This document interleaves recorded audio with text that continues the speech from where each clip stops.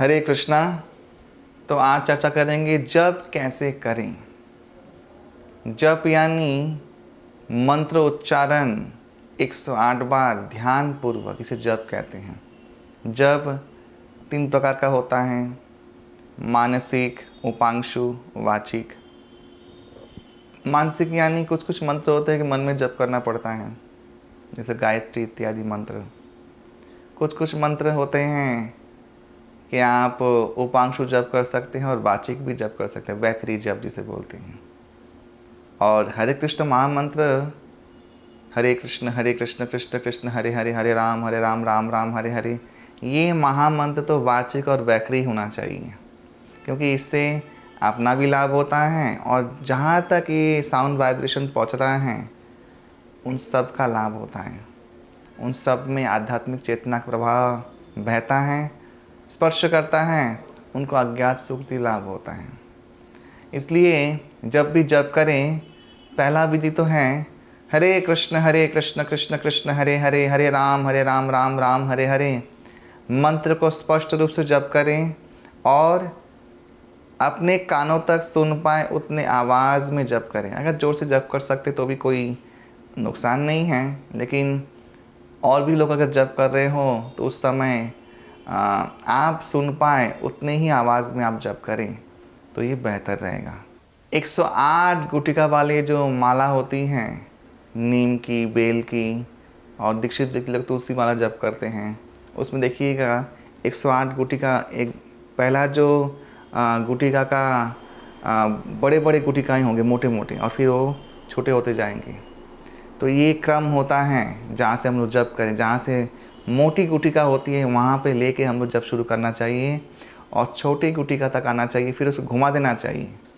फिर छोटी गुटिका से लेके मोटी गुटिका तक हम लोग जप करते हैं। उसमें 109वां एक मेरु गुटिका होता है, जिसको हम राधा कृष्ण मानते हैं, और बाकी गुटिकाओं को 108 सखी मानते हैं। और उसमें 8 नंबर जो गुटिका होता है, जिसमें धागा होता है, वो 8 नंबर गुटिका तक हम लोग मानते हैं अष्टमा सखी। इसलिए इस क्रम से ही हम लोग उसको जप करते हैं।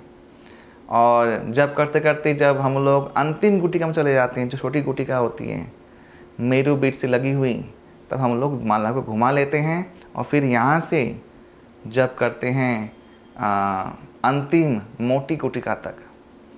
कभी भी उसको लांघते नहीं हैं, क्योंकि वो राधा कृष्ण स्वयं है। वो मेरु बीट जो होता है, जो मेरु गुटिका होती हैं, वो राधा कृष्ण स्वयं है। इसलिए हम लोग उसको लांघते नहीं हैं, हम लोग सिर्फ इसको घुमा घुमा के जप करते हैं। कभी भी लांघ के जप करना नहीं चाहिए। यही जप की सही विधि है। आसन में बैठें, शुद्धासन में एक अपना आसन बना ले, उसमें आसन में बैठिए, नहा धो के। ब्रह्म मुहूर्त में अगर जप कर सबसे बेस्ट है, क्योंकि उस समय कोई डिस्टर्ब करने वाला नहीं होता, कोई टीवी देखने वाला भी नहीं होता, कुछ डिस्टर्बेंस नहीं होती है। तो उस समय आप लोग जप करें। उस समय ध्यानपूर्वक जप करने से आपको उस समस्त निधि प्राप्त होगी जो शायद हम लोग और किसी प्रयास से ना कर पाए। ये साधन विधि है, ये जप विधि है। आप लोग ऐसे जप करेंगे तो अवश्य ही आपको आध्यात्मिक अनुभूतियाँ होगी। जेई जपे श्री कृष्ण उपजय भाव। जो ये महामंत्र ऐसे जप करता है, अवश्य ही कृष्ण के प्रति उसका भाव उजागर होता है, और तब हम लोग कृष्ण प्रेम की ओर आगे बढ़ने लगते हैं, इच्छा को बढ़ाते हैं और सेवा की इच्छा करते हैं, सेवा करते हैं। और ऐसे करके धीरे धीरे शनै शनै हम लोग अपने मन को कृष्ण केंद्रित करते हैं। यही है जप की सटीक विधि।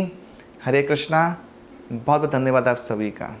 ऐसे ही और भक्तिमय कार्यक्रमों के लिए देखिए हरे कृष्णा टेलीविजन, और इसे प्राप्त करने के लिए आप अपने केबल अथवा DTH ऑपरेटर से संपर्क करें तथा और अधिक जानकारी के लिए आज ही डायल करें 7666 839 839।